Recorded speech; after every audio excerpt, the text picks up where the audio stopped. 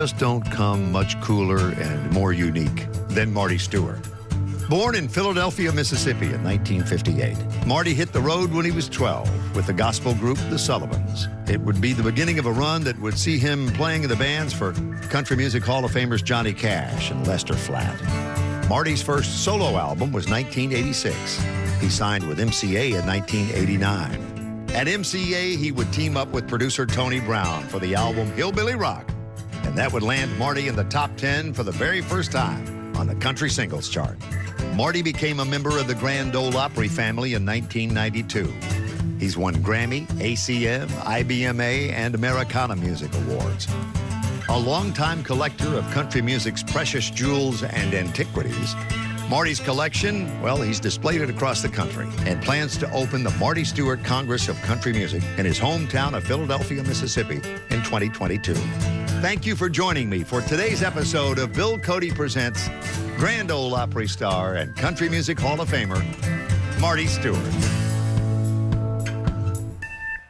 The place that is probably more home to you than any other place, the bus yard. The bus yard, the bus lot.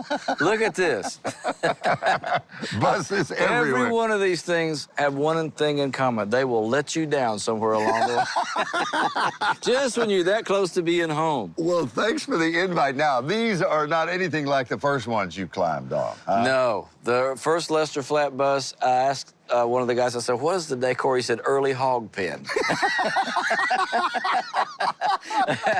This is much different. Well, you hit it. This is home away from home. This is my office. This is the place. You know, the thing I love about the bus is it was the joy of discovery. When I was first starting to travel, I got to see Washington for the first time, and the Grand Canyon, and the desert, and Los Angeles, and the Arch in St. Louis. Those things were a part of me, you know, before I got there. And thanks to one of those buses and a guitar, I've been able to live my dream. You're invited. Thank you. This one is called what? The Chief. Welcome. We have catering? Yes, of course. When was the first time you climbed on a tour bus? My natural habitat. Yeah. Well, the first proper tour bus was in 1971.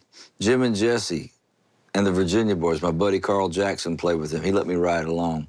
But buses have been my thing since I was a little kid growing up. In our town, there was a man named Mr. John Mooney in Philadelphia, Mississippi, who drove the charter bus, which was the bus I rode to Nashville. Mr. John Mooney drove it. But when I was a little boy, I'd see that bus. I'd say, Mama, follow that bus. And you're gonna like this. So the first time that I ever had a chance to crawl up on a bus and ride was our church group at North Calvary Baptist Church in Philadelphia. Amen. Was going to the skating rink in Meridian, Mississippi, and Mr. John Mooney had volunteered his services and his buses to take us. And so we got to the church ahead of time, and I was walking around the bus just looking, and I loved the smell of the diesel, you know, so I was down there going, and the next thing I know, people are over me waving. And I passed out. And they had to call my mother, and so I missed the skating trip. I still do that before every trip. You are by about 6 weeks older than me, but I think about where I was in my life based on the timeline of things you were doing in your life, and there is no comparison. Oh. I just look at where you were and who you were with and the dreams you had, and though I had those dreams too for what would become radio and television, and being around all these country music hillbillies, because we had the lineup that was Porter Wagoner and the Wilburn Brothers and Bill Anderson and Stu Phillips and all those shows that were like every Saturday afternoon and eventually would lead into Hee Haw. So we had that part in common. But you already out on the road. What, you went out with Jerry and Tammy Sullivan when? Well, the Sullivan Family Gospel Singers, Enoch and Margie, in the summer of '72. But at the root of it all, you're a Southern boy, right? Well, I'm a Southern boy. At the root of it all, I'll bet you wanted to amount to something and make your mom and daddy proud and your family proud, right? Absolutely. And that was part of my driving thing, is I wanted to be like those people on those shows you were talking about. Yeah. And honestly, back to buses, there was a little fellow named Grover Willis out in our community, out in the country, had a little music barn, the gospel music bands would play, our quartets would play, and every now and then a country band. But if I thought their bus was going to come through that town, I'd sit up by the driveway all day long just to see it pass by. I just wanted to be a part of that world. That was my dream. That was it. Did the Sullivans travel in a bus, or was that? No, they traveled in a Ford station wagon, and it was Brother Enoch, Sister Margie, Uncle Emmett, Carl Jackson, Unc Dickerson, and me, all six, plus the bass fiddle, the record box, the costume, and the instruments. And you know what, Cody, honestly, that was the summer of '72. I probably didn't make $100 that summer. We played bluegrass festivals, camp meeting revivals, and George Wallace campaign rallies. And I got to tell you, man, I discovered girls and applause, and I could wear my hair the way I wanted to, hang out with people like you all day, and talk music 24 hours. And to this day, traveling in that station wagon with those guys is still the most fun I've ever had playing music in my life. Wow. I loved it. Fell in love. It's like running off with the circus, you know. So, following the Sullivans, what's the timeline as it relates to Lester Flatt and meeting Roland White? Into summer 1972. So it's that same year? Yeah, Sullivans dropped me off. I had to go back to school. It's like, oh. And it was the most pitiful excuse you've ever seen to be for a student, because I was sitting there trying to study, and I knew the band was playing, and it killed me. It killed me that I couldn't be out there. And I called Roland White, and I said, and I'd met him. And he said, call me sometimes. Maybe Lester will, let you ride along. And so I called him and said, this would be a real good time for me to come ride along. And where had you met Roland? Roland at Bean Blossom, Indiana. I got to tell you, Bill Monroe's early 70s Bean Blossom Festival, it was like the bluegrass or country version of Woodstock. It was huge. And Roland was there that day. And back to buses. I remember at the front gate, there was Lester's bus and Bill Monroe's bus and Ralph Stanley's bus and Jimmy Jesse's bus, Jimmy Martin's bus, And I stood outside of Lester's bus, and I had some things I wanted him to autograph, and I wanted to shake his hand. And when he got out of the bus, I wanted to tell him how much he meant to me. My heart came up in my throat, and I couldn't get one word out. But, that fall I was on that bus, riding up and down the road with him. And how did the invitation come about? I mean, he actually says, hey, Marty, why don't you come to work? Well, I called Roland, and he asked Lester, and Lester said, sure, let him ride along. So they were going to Glasgow, Delaware for 2 days, Labor Day weekend, '72. And Lester traveled in one of those old scenic cruisers, and they had 2 sets of seats here, a step. I thought it would be so glamorous. A curtain, army cots. And Roland and I were in the back picking, just playing a song together. Yeah. And Lester came back to go to bed. He stopped and looked at me. He says, why don't you do that on the show with us this weekend? I went, okay. And so we worked it up, and it worked out. And to set up that whole thing, we were leaving Hendersonville, where there are all these Ernest Tubb, Lester Flatt, George Jones, and Tammy Wynette used to park their bus at a Gulf station in Hendersonville. That's where it all started. And man, when I got on his bus and we headed out to I-40, and I asked him every question that I ever had in my mind to ask him. I told him what kind of strings he used, what color tie he wore on a certain album cover. He was just sitting there smoking a cigarette, looking at me. And when I finally shut up, he said, where are you from? I said, Mississippi. He said, put her there. And we were buddies from that point on, and by the end of that weekend, he had offered me a job. And I just always had this feeling that if they could ever sit down without anybody looking and holler at each other and scream or whatever, get it out, and then at the end of all that, they'd probably play a hand of poker and be best friends again. This weekend, Circle is your TV home for all things Rocky. All the fights, all the movies, all in one place. The Rocky movies come to Circle this weekend.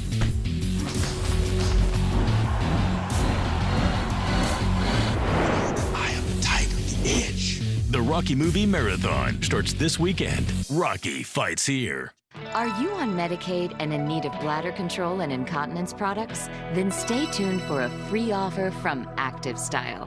I'm embarrassed to go out in public because sometimes I have accidents. Can Medicaid help me with bladder control products? Can I get my bladder control products delivered at no cost to me? Is there a home delivery service for bladder control products? How would you like to have all your incontinence supplies delivered discreetly right to your door at no cost to you? You can if you're Medicaid eligible, thanks to Active Style. At Active Style, we understand your needs and offer convenient home delivery of incontinence products for children and adults. When you call a personal consultant, someone like me will help you find the best bladder control supplies for you. Inside every product is a super absorbent core that turns liquid to gel and locks it away to help protect your skin and keep you dry.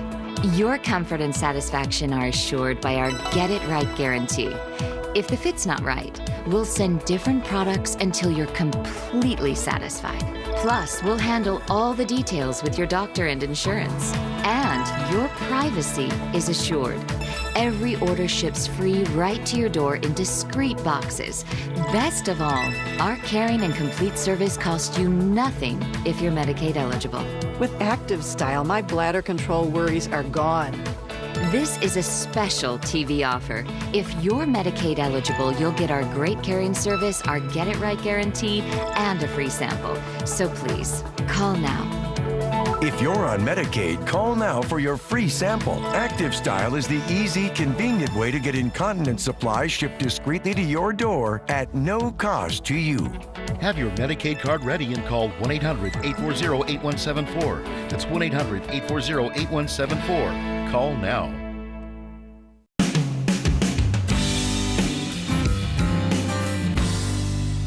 You talked about buses and how they appeal to you. The Green Hornet, you mentioned Ernest Tubb. Oh.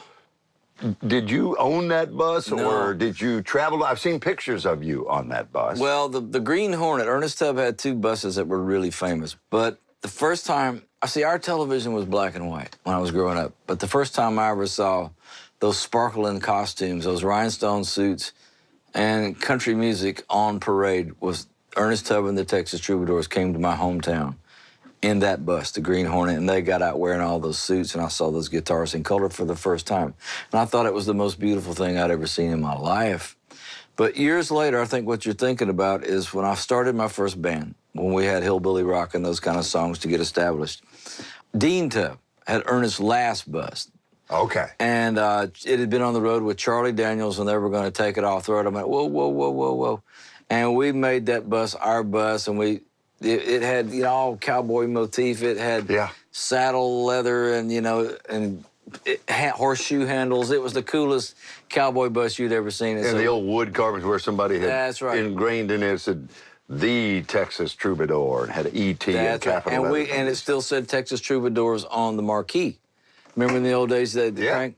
That was the bus that me and my old band got started with. And people would come from all over just to see the bus. The old Troubadour fans would remember. The bus had a following. I remember one time we were going through Texas, and the driver was going way too fast. He pulled us over. And as he was writing the ticket to the driver, he said, "What is that Texas Troubadours?" He says, "Well," he said, "who you hollering?" He said, "This is a new guy named Marty Stuart." He says, "But this is Ernest Tubb and the Texas Troubadours old bus." And the guy took his hat off, said, "Y'all just slow down a little bit," and tore up the ticket. That's the truth. The bus, everybody loved that bus.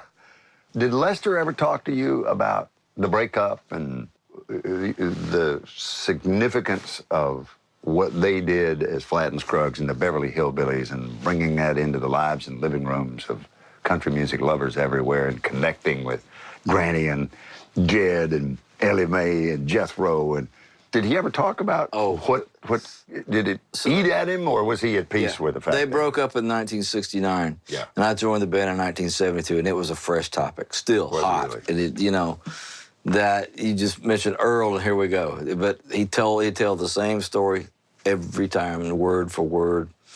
And they worked from 1945, when Lester and Earl were in Bill Monroe's band, to 1969 without ever stopping. And created bluegrass And created on a December night in 1945 at the Ryman Auditorium. all of that. and they were the workingest, probably bluegrass band the world's ever known at that time. And my 2 cents would have been if they could have just taken a year off from each other. But the thing that I would read in between the lines when I would hear those stories over and over and over again when I was a kid was that he loved Earl. And I had a feeling that Earl probably still loved him. And they'd been together since they were youngins, you know. And they had invented, well, 2 of the master architects of American music and helped invent each other. And I just always had this feeling that if they could ever sit down without anybody looking and holler at each other and scream or whatever, get it out, then at the end of all that, they'd probably play a hand of poker and be best friends again. And it almost happened. Promoters started coming around late in Lester's life going, you know, we should do this. And yeah, you know, it never quite got there. But one night Bob Dylan came through town and I went to see him and I was backstage and he says, did Lester and Earl ever talk to each other? And I went, nah, they always talk about it. He said, too bad. He said, it's like Abbott and Costello were always going to be friends again. They never got around to it. One of those guys died. And when he said that, Lester was in the hospital at this time. I called and got Earl Scruggs' phone number. And I called and introduced myself. Earl said, oh, I know who you are. I said, I need to talk to you really bad. It's important. Earl said, come on out. So I went out to Earl and Louise's home and sat there and, you know, they didn't know me, and it was very... And I stated my case. I said, Earl, here's the deal. Lester's dying. I don't think he'd want to die without saying bye to you. And I said, anything I can do, I'll clear the halls, whatever it takes. But I wish you could see him. And I was shaking, and I was scared to death. And he said, I'll think about it. And that's all I got. In Lester's band, we had like 2 or 3 shows we had to play to fulfill a contract. When we got home, Lance Leroy, Lester's manager, was in the parking lot. He had tears in his eyes. He said, Earl went and saw Lester last night. Oh. And they finally got to just sit in a room by themselves and settle up. And I remember Earl told me, I said, what did he say to you? And Earl said, well, he said something about promoters sure do want to see us get back together. And Earl said, well, let's think about that. But right now, you just get to feeling better. But they did get to say goodbye. Showed me to my spot on the stage, and the next thing I hear, hello, I'm Johnny Cash. And that was the way the job took off. Coming up on the Southern Weekend. All right, you guys are going uphill. We gotta kick it into gear. Can you go wrong with sugar? I don't know. There you go. Not bad. It's still going, though. This does not feel like... This is not what I expected. Back, though. I want Death by Chocolate. I'm all about Reese's. Reese's? Yeah. We need a fiddle player, you know. Do you? Summertime in country.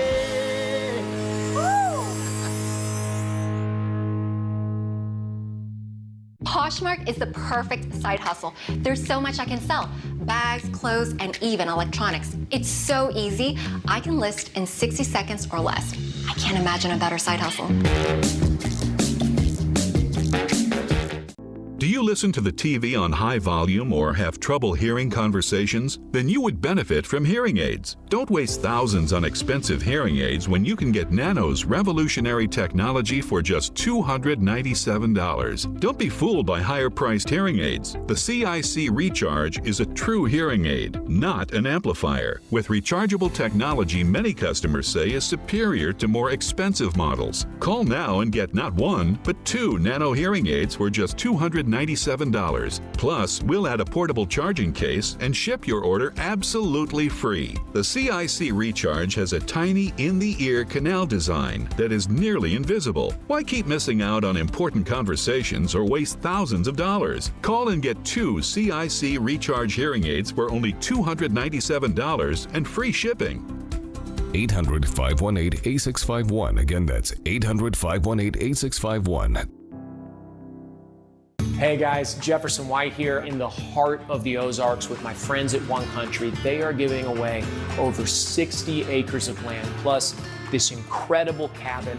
You can enter to win right now at onecountry.com.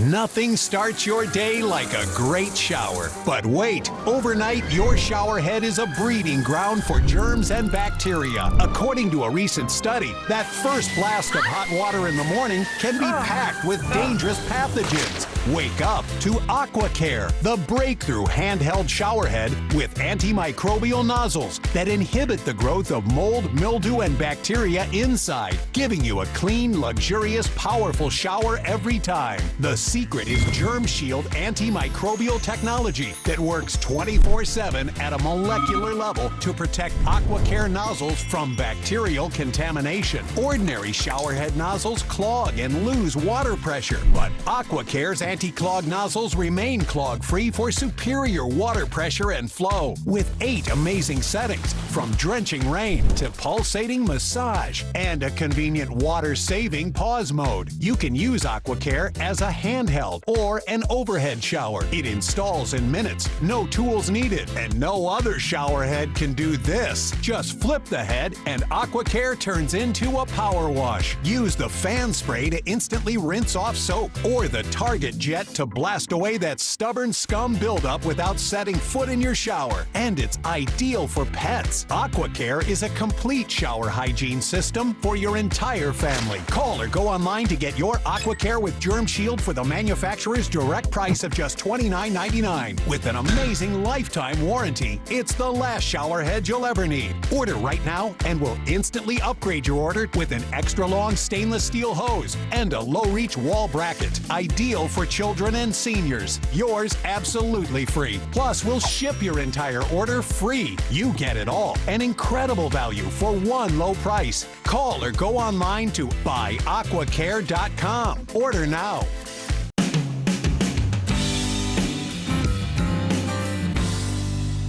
When was your first time to play the Opry? With Lester. Early October, late September, early October, 1972. That was one of the things my mom and dad said, you have to come home after this trip and get back in school. But on the way home, Lester offered me a job, and he said, you can stay over and play the Opry with us next Friday. I went, oh, God, that's that. Mama, please, please, please. So I begged, and okay, well, what good Southern mother would not let their son stay and play the Grand Ole Opry? That's right. With an American legend. So she consented to let me stay, and I just remember when that curtain came up, there it was. I was like, oh. I don't know, I just remember we were playing something fast, and at the end of the song, I couldn't believe I was there. It was so precious to me. And that would have been the Ryman? Or was that the, yeah? Absolutely. Okay. So the transition to the Opry House came in 1974. You become a member in what? 92. What do you remember about that night? Well, I ran my mouth, and I said something that I didn't mean to say that I'd been saying on the road, and it got away from me, and the audience didn't take it right, and the whole beauty of the moment was kind of marred by a statement that I made, and it became a thing, and I had to do a lot of quick apologizing, going, I didn't mean anything by it. And other than me running my mouth and didn't know I was running my mouth, it was a great night. You said something about old farts, didn't you? Yeah. I was doing a song called Long Black Veil. Oh, yeah, on Lefty. the road. Lefty. In front of me and Travis Tritt were playing to all these young'uns, you know? Yeah. Crazy, knucklehead people discovering rock and country music. Yeah. And I found out that Long Black Veil was a song you could play to anybody, and especially young and old. Traditional country fans loved it. And I just had a line in front of that, and I said, yeah, and I'll do this song, you know, if you've never heard it, it's a great country song, but I'll also do it for old-time country fans like you and me, and the old farts in the crowd. And it was that, and everybody would laugh. Every night, people would laugh, and I said that at the Opry before I did Long Black Veil. And when I got off stage, the lady at the switchboard said, I don't know what you said, but it wasn't good. And what made it worse is that the next morning I had to get on the Gaylord Company plane with Bud Wendell, a Gaylord executive or two, and we flew to New York City to do something, and I had to look at him and go... It seems so tame now, but it was in 1992. It was gargantuan. Yeah, yeah. So we've talked about the Lester Flatt period. That transitions at some point to Johnny Cash when you're, what, 20, 21 years old? 19 or 20, I guess. And how does that, meeting, as we look back now, they were leaders then, but they are now pioneers. They're gods, if you will, out of Greek mythology, but country music mythology, if you will. But they lived and breathed, and you knew them and worked with them. Where do you meet Johnny Cash the first time and then ultimately wind up working for him? Well, Lester passed away, and I had been in his band from the time I was 13 until he passed away, so I would have been 19 or 20, something like that. And again, what is astounding to me is the first 2 records I ever had was Flatt and Scruggs and Johnny Cash. And those are the only 2 jobs I ever had. But when Lester passed away, I needed a job. He died in May of '79, and I'd work the rest of the summer with Doc and Merle Watson just to have something to do. I loved them, and they were fun to play with. But a buddy of mine named Danny Farrington was building a guitar. I went to take my guitar to be repaired one day on 2nd Avenue at the old-time pickup parlor, and I said, there's this fancy black guitar. Who are you building that for? Johnny Cash. I went, I want to go with you when you take it, because I just want to shake his hand. He's an old hero. And I kept up with the progress of the guitar. And I went with him to Cowboy Jack Clement's studio on Belmont Boulevard to take the guitar. And when the door swung open, there was Cowboy dancing with a martini on his head and John playing the Wabash Cannonball from the great Atlantic Ocean, and there's Cowboy dancing. And John stood up and shook my hand, and again he said, where are you from? I said, Mississippi. He said, you're that kid with Lester? I went, yeah. He said, where you been? I went, getting ready. And about a month later, I got a call. It was my last show with Doc Watson in Cedar Rapids, Iowa. I called home after the show, a matinee show. My mom said, Bob Wooten, Johnny Cash's guitar player, is looking for you. So I called him. He said, John wants to know if you want to go to work with us. I went, sure, good time. He said, I said, when? He said, he wants to know where, can you be here tomorrow? I said, where are you? He said, Des Moines. And it was like a 2-hour rental car ride away. And I got to the hotel, showed up. Bob met me in the lobby. It was a matinee show there, 2 shows that day. And Bob met me. He's, we'll be leaving here at 3 o'clock, you know, don't be late kind of thing. And I went into the coffee shop, and the maitre d' of the place came in and said, Mr. Cash is on the phone for you. And I went to the phone. I said, hello. He said, hello, son. I said, hi, JR. He said, glad you're here.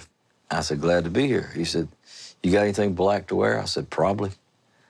He says, you know my songs? I said, probably all of them. I said, do you still do them in the same key? He said, probably. He says, well, I'm probably going to take a nap, and I'll probably see you after a while. Bye. And they put me on the bus, showed me to my spot on the stage, and the next thing I hear, hello, I'm Johnny Cash. And that was the way the job took off. And he says, it's supposed to hurt a little bit when you give somebody something that's special to you. He said, I want you to know this is tearing my heart out. I had no idea what he was going to do. Are you suffering from pain? There is one product that millions of people have trusted to relieve pain for over 17 years, Omega XL. My back pain was so severe that I couldn't take the pain anymore. I would cry, it was so bad. Hello, my name is Ken Mears. I'm the founder of Great Healthworks, the makers of Omega XL. Those of you who are searching to address your aches and pains and your soreness, Omega XL is for you. It is derived from a greenlit mussel from the pristine waters of New Zealand. We believe there is no other product like it in the world. It's truly one of a kind. The meat that comes from the greenlit mussel has an oil extract. That oil is one of the most powerful natural anti-inflammatories and is full of over 30 fatty acids. This combination of fatty acids is not found anywhere else in any other product other than Omega XL. And it has been shown in clinical research to help with joint pain due to inflammation, which affects so many of us. I had a lot of joint pains, and that slowed me down. I was worried that I would miss out on a lot in my life. I have lived with pain in both of my knees for many years. Getting out of bed was difficult. The pain of the knees restricted my abilities to do things that I used to do. Really felt the pain. I mean, in my ankles and in my heels. I can't tell you how bad that pain was. I mean, it was so excruciating. And I start taking it. I mean, I can't tell you how great I feel. I mean, this works. Since I've been taking Omega XL, I noticed a huge difference in the way my fingers are. Thank you, Omega XL, for making my days so much more enjoyable. I'm walking again, and it feels so good. I just love Omega XL. I felt like this is a miracle for me in my life. I was in a lot of pain. You don't need to live in pain. Inflammation is controllable, it can be managed, and it's fixable. Give Omega XL a chance. The moment I started using Omega XL, there was such a change and such a difference. I started noticing that I could go up and down the stairs, which I thought that I couldn't do anymore. I'm so relieved to have the Omega XL in my life. Because I'm taking Omega XL, it allows me to live life to the fullest. Omega XL has given me an opportunity to get my life back. Why not try it? It can only help you. Omega XL is for you. Give it a chance. Give it time. It's one of a kind. Call now or go to OmegaXLDirect.com to take advantage of our new offer. When you buy one bottle of Omega XL, get one free. That's 2 bottles for only $39.95. And as a gift, we'll include a bottle of Vitamin XL D3 for whole body health, absolutely free with your first order. I know that Omega XL works because it worked for me. Order now to get the new offer, 2 bottles of Omega XL plus Vitamin XL D3 for only $39.95. Attention Medicare recipients, if you need medical-grade oxygen, the ARIA Portable Oxygen Concentrator may now be available at little or no cost to you. Call now to see if you qualify. Stop dealing with bulky tanks. An ARIA Portable Oxygen Concentrator converts the air around you into medical-grade oxygen. It's convenient, lightweight, and battery-powered to go everywhere you go, even on a flight. And if you have Medicare, you could qualify for a unit at little or no out-of-pocket costs. ARIA uses the same technology found in higher-priced units for hundreds less. You get Smart Sense technology, flexible flow rates, up to 16-hour battery life, and the industry's best warranty, all in an ergonomic, comfortable design that you can try risk-free for 30 days. Remember, if you have Medicare, you could qualify to get your ARIA Portable Oxygen Concentrator at little or no cost. 800-419-5964. That's 800-419-5964.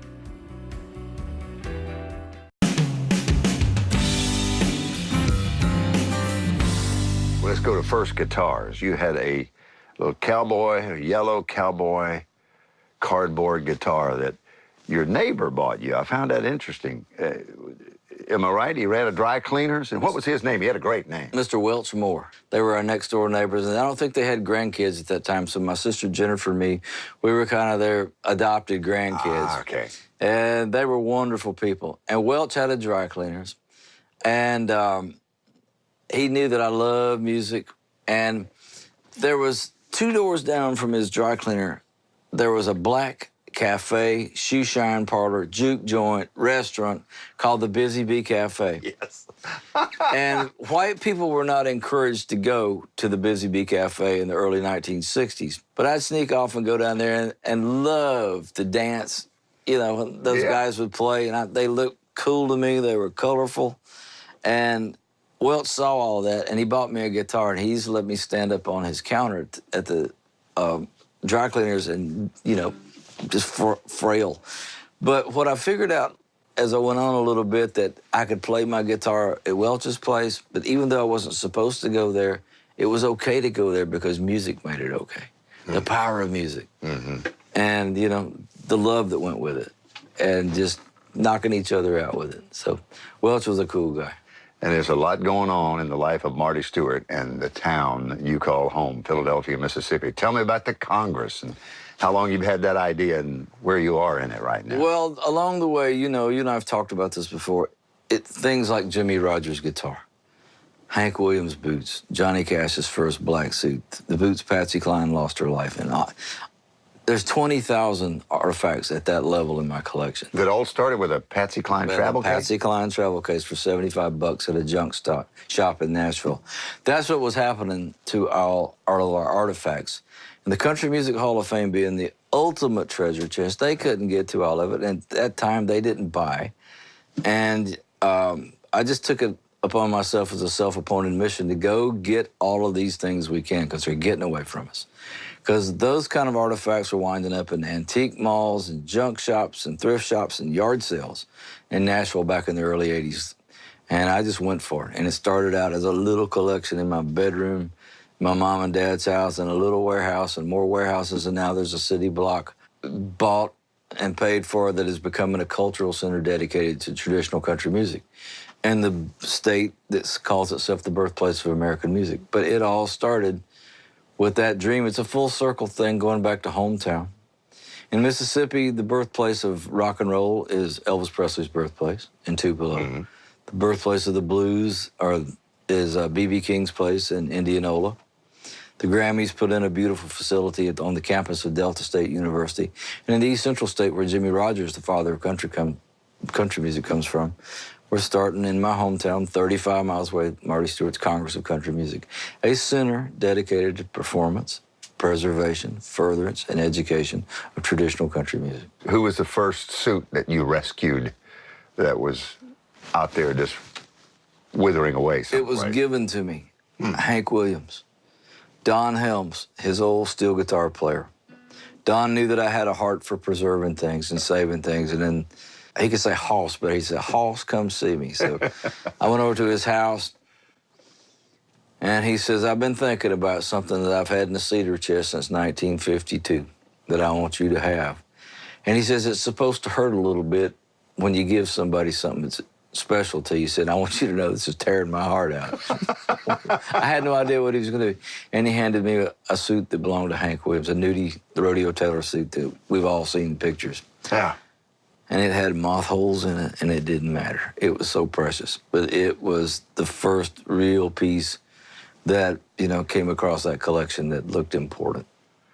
Was he the first who did the rhinestones and that look that you talked about earlier that attracted you so as a young man, going, man, I want to look like that? And you referenced seeing Ernest Tubb, that for the very first time that you realized the color and the pageantry that went with these outfits. I was the same way watching Porter. Well, it was Porter and his guys.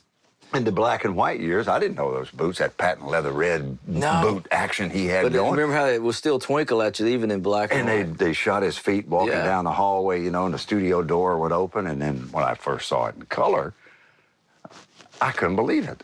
Well, it was the Porter Wagner show. It was, I think, probably beyond all. We finally got a color TV after I saw Ernest Tubb and those guys. Now, that's the prettiest thing I've ever seen. And I remember when I first came to the Opry, they came marching in, all of them, when Dolly and Porter, Speck, and the Wagon Masters, and I thought, oh my goodness, what a sight. But that was probably who turned my head. But after I got into it, I understood that it was a group called the Maddox Brothers and Rose. Okay. They used to arrive into town. This is in the Depression era. They would come into a town in matching Cadillacs, got out wearing these clothes that Mr. Nathan Turk, who was pre-nudie, made for them, and they were beautiful, and they hit the stage like a cyclone. And they were called the most colorful hillbilly band in America, and they could back it up. And I have a lot of their costumes in that collection in Mississippi, but they were actually the first, and I think they were inspired probably by Roy Rogers and Gene Autry and those kind of silver screen cowboys. Same neighborhood, same industry. And they just took it and ran with it, and it made its way into country music really fast. I made the paper one too many times for all the wrong reasons, and I thought, I have to deal with this. Coffee, Country, and Cody. Start your mornings off right with Coffee, Country, and Cody. We'll keep you up to date on the latest news and entertainment. Join me, Bill Cody, along with Kelly Sutton and Charlie Matos for your daily fix in all things country music. Live from Nashville, and you never know who's going to stop by. Every weekday morning, 8 Eastern, 7 Central. Coffee, Country, and Cody.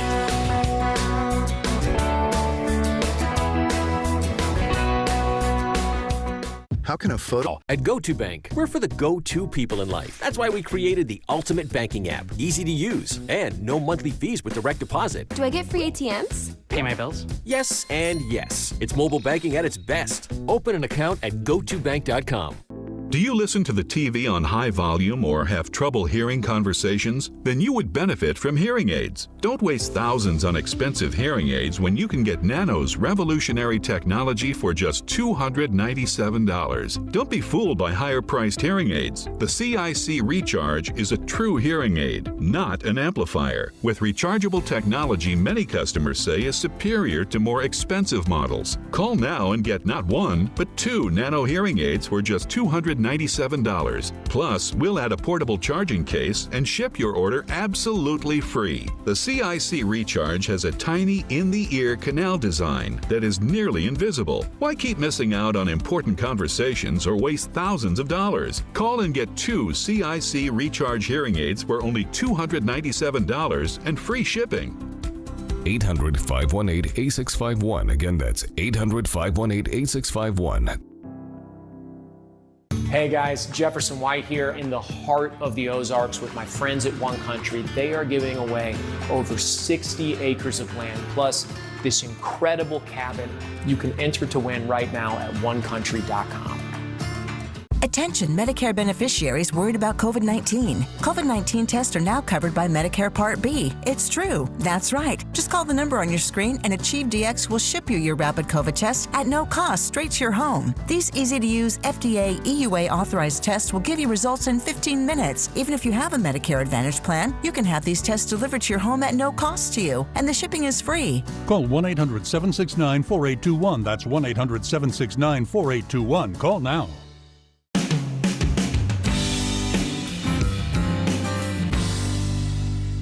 So you went the traditional route early in your career with a major label, hit records on the radio. At what point when that, and for every artist, that time's coming, even the ones who have waning success and then have a comeback. You know, Eddie Arnold told me once, he said, you'll be hot, but you'll also be cold. But what you want is to be hot again. That's right. And that's what happened to him when you think about his Tennessee Plowboy career. Sure. And talking about how people just absolutely couldn't get enough of Eddie Arnold. And then the hits stopped coming, and he came back with that lush, cosmopolitan, Nashville-politan sound there that transcended formats. He got played on pop radio, Sure. got played on country radio. When and where did you consciously go, all right, this is not where it's at for me, this label deal. Mm-hmm. I'm going a different direction.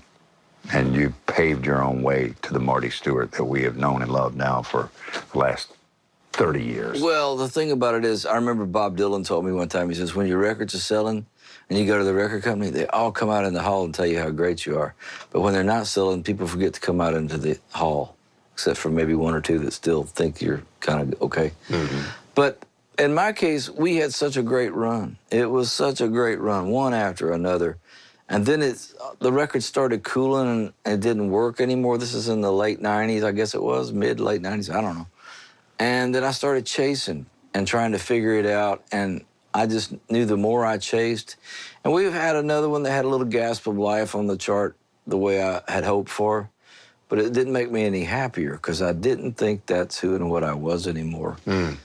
And I happened to step back and think, well, okay, what two bands have you worked with? The only two was Lester Flatt and Johnny Cash. Lester hadn't had a hit since the Beverly Hillbillies.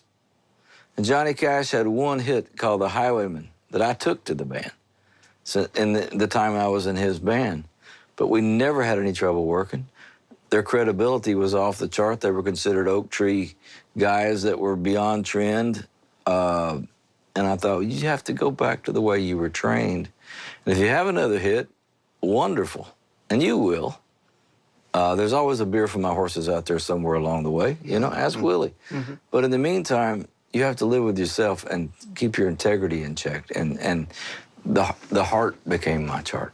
I thought when the heart and the chart line up, unbeatable. But in the meantime, you better follow your heart because that's who and what you'll be remembered. And so I guess at the end of a record called The Pilgrim, which were in the early 2000s, I thought, I have to do this a different way and go back to what I love the most at any cost, where it's scary. And the superlatives were formed, and I knew from the first rehearsal forward that it was special. We weren't about chasing 3-minute hits anymore. We were musical missionaries, cultural missionaries, country music ambassadors. You know, they were statesmen, masters. We'd all been there and done it, so you better live that way. And it goes back to a photograph. It goes back to a photograph.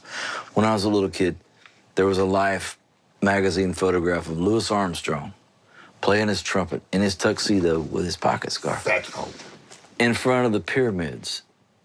And I thought, man, he can take that horn anywhere on planet Earth, and he is known for who he is, and he represents that thing called jazz. I thought, I want to do that for country music. And that became the mission. And I thought, let's take our case to the people. Let's forget about charts. Let's forget about demographics. Let's play music for people that country music was designed to play for. And whatever else happens, good. So that's what happened. The Pilgrim, you have said, was critically acclaimed. Yeah. Meaning it didn't sell as many as you had hoped. You need one? But it has made a comeback. 20-year anniversary, there's a book put out around the making of, the inspiration of, bonus tracks. And then here comes COVID again and conked it on the head. But it's one of those records, I think if I had to hold my hand up and go, there's one record I want to be remembered for, it would probably be The Pilgrim. So in those terms, it's inestimable. Inestimable. Yeah. It is inestimable. How do you say that word? Inestimable. That's the word. No, I got an extra inestimable. In those terms, it was a success. I want to go back, and I'm not taking advantage of our long friendship here, but when Soul's Chapel came out, you were having some difficult times in your personal life in the early and middle 2000s. And here you are in the middle of doing a gospel album when this happens. What do you say to somebody who is dealing with, in this case, it was alcohol, right? Well, it was all the above. You know, and figure back to the root of it all in the early 70s, you know, and Lester's band. I take it back to, we did a show in Cincinnati that really clicked with young people.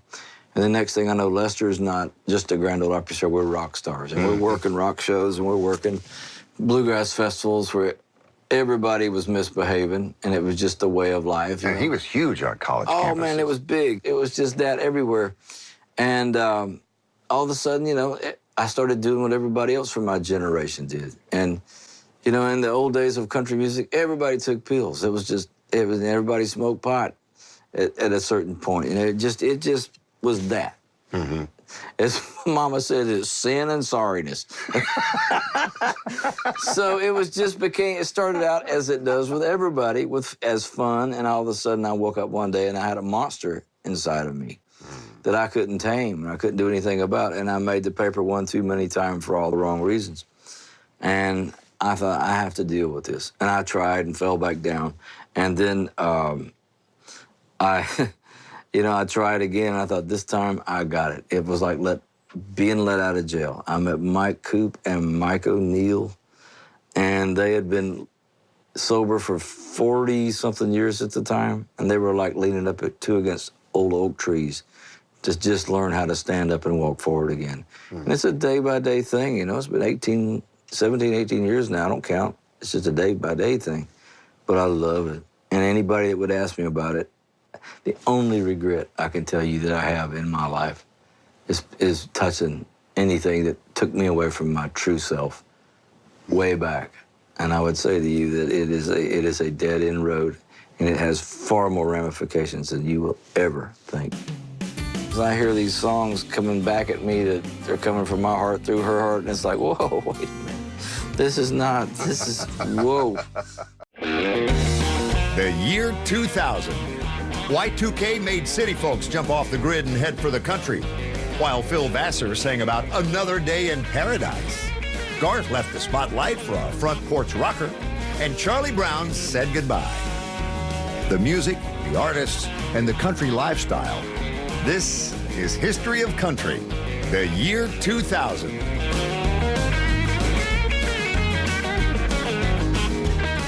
Do you have too much body fat?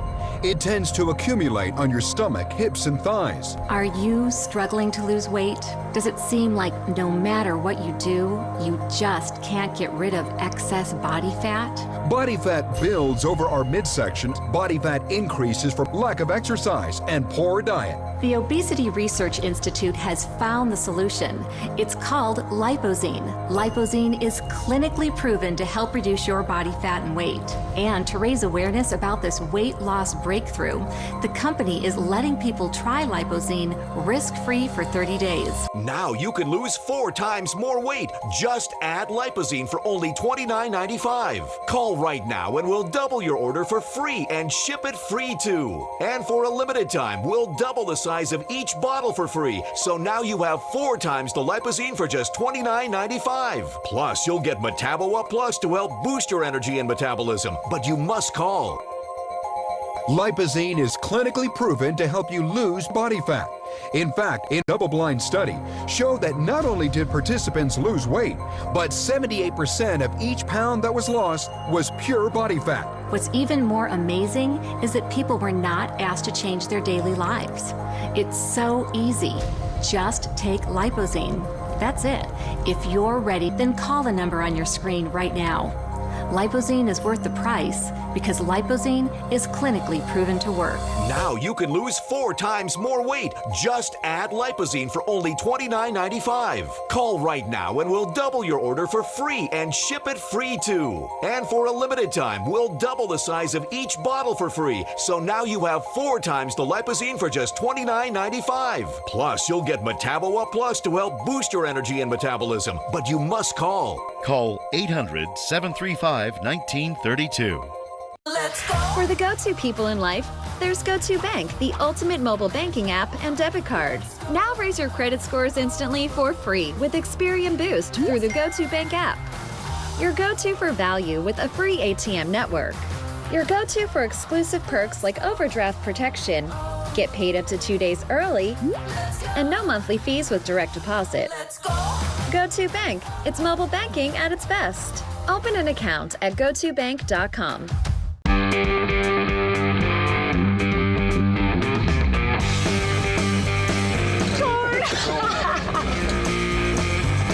Yes! I'm Lauren Elena, and you're watching Circle. Country Plays here.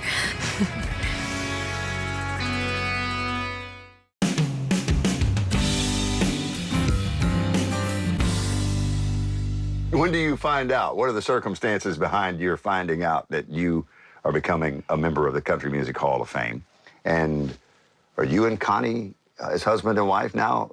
How many people can say that? Or is there another couple? I think we're the only living couple in the Country Music Hall of Fame. And how I found out about it, I was at my manager's office doing a television taping, and I saw Sarah Traherne, who, you know, the queen of the CMA, walks up. And she sat down and said, "Hi, Sarah." And she sat down and said, "The first time I worked with you, I think it was with Johnny Cash and Alan Jackson. They're both in the Country Music Hall of Fame, and now you are too." I went, "What?" Oh. And it was like time stood still for a minute. And the first thing I remember saying was, "Can Connie put me in? Can Connie induct me?" Because I wanted that's half the honor of who inducts you. When does that love story start to become a reality between the two of you? Because I have a memory of her telling me a story that you guys had been writing together. And as you were leaving one day, she said, as she gave you a hug, "You're my boy." And you said, "I don't want to be your boy." No, I'm not. I want to be your man. Something like that. Is that pretty close? Pretty close. We had bumped into each other at some country music celebrity event. And we just had a conversation that afternoon. Nobody bothered us. We talked for like an hour. But the thing that came out of that talk, beyond all things, is she told me she hadn't made a record in 21 years, which I didn't understand, couldn't comprehend. So what year is this, roughly? This would be 93, 94, somewhere in there. All right. And she asked me if I would consider producing her. She said, "My last kid is out of the house. I've been thinking about making a record. I was trying to think of somebody who understands the old world of country music, where I come from and what's going on now." Yeah. And I thought about you. And I think I asked her, I said, "Well, I'd be honored. I'm really busy, but I'd be honored." I said, "Do you write songs?" And she says, "Well, not much." And I said, "Well, everybody knows you can sing. You need to write." So I think our first unofficial date that really wasn't a date is I called Harlan Howard, and the three of us wrote a country music shuffle called "How Long" that went on to be on her Warner Brothers record. So here we go to writing songs, and I hear these songs coming back at me that they're coming from my heart through her heart, and it's like, whoa, wait a minute. This is, whoa. I know what I said a long time ago, but I was just kidding. But this wasn't kidding. At one point, it was really stretching my heart out, and I wrote it out on paper, you know, the pros and cons. And I finally did what I always do, and went to my greatest asset, Hilda Stuart. And I said, "Mama, here's what's going on." And then she says, "Well, 5 minutes of the right thing's better than 50 years of the wrong thing. I went, yes, ma'am. And how did you propose? Let me ask you that. Well, it's awful. The worst proposal maybe in the history. She says that I said, well, why don't you go find that rock that your birth certificate's on, and something like that. That's what she told me. I wish I had another shot at that one, but it worked out. But I had taken her to Pine Ridge, and she loved those people, and they loved her. And you'll like this. The night before we got married, we went to a sweat ceremony. My friend Marvin helped me.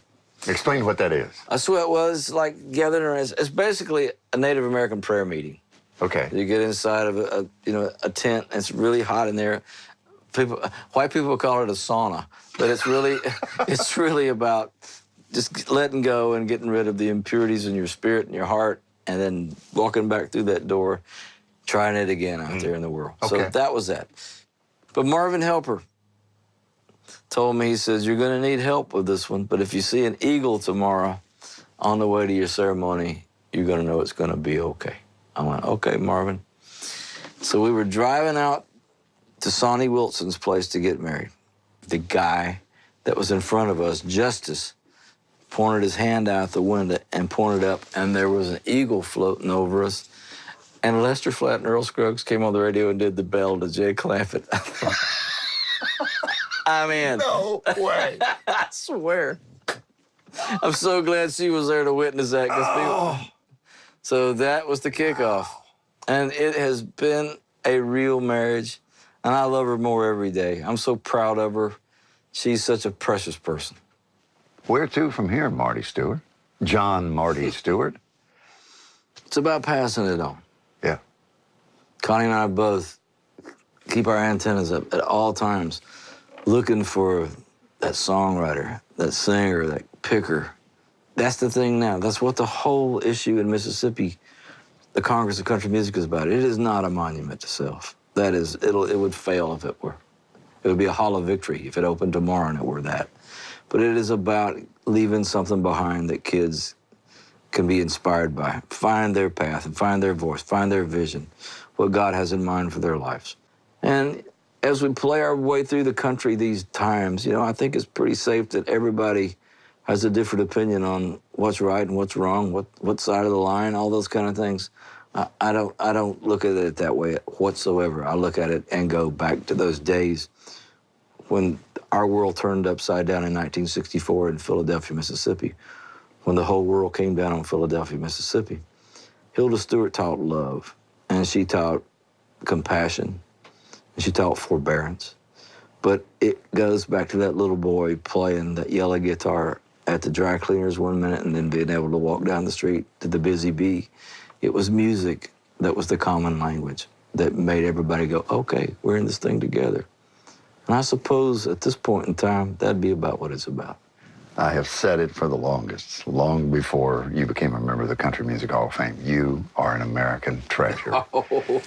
And your friendship means the world to me. And same here. And you are too. You're a treasure. I just appreciate this opportunity more than you will ever know. My pleasure. And you know what it boils down to? Family. Yeah. Right? I love that. You got it. Family.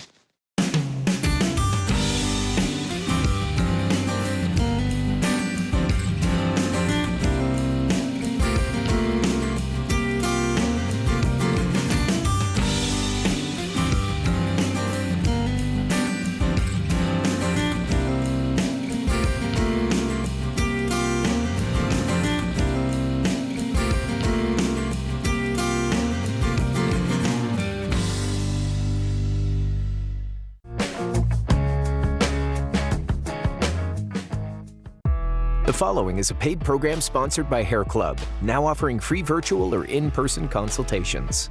Plus, stay tuned to hear what world champion quarterback Joe Theismann has to say about his Hair Club experience. I went in for one consultation and walked out with a plan to not only maintain the hair I had, but to end up with hair that was even thicker and fuller. If you want your hair back, if you want to look years younger, if you want to feel like you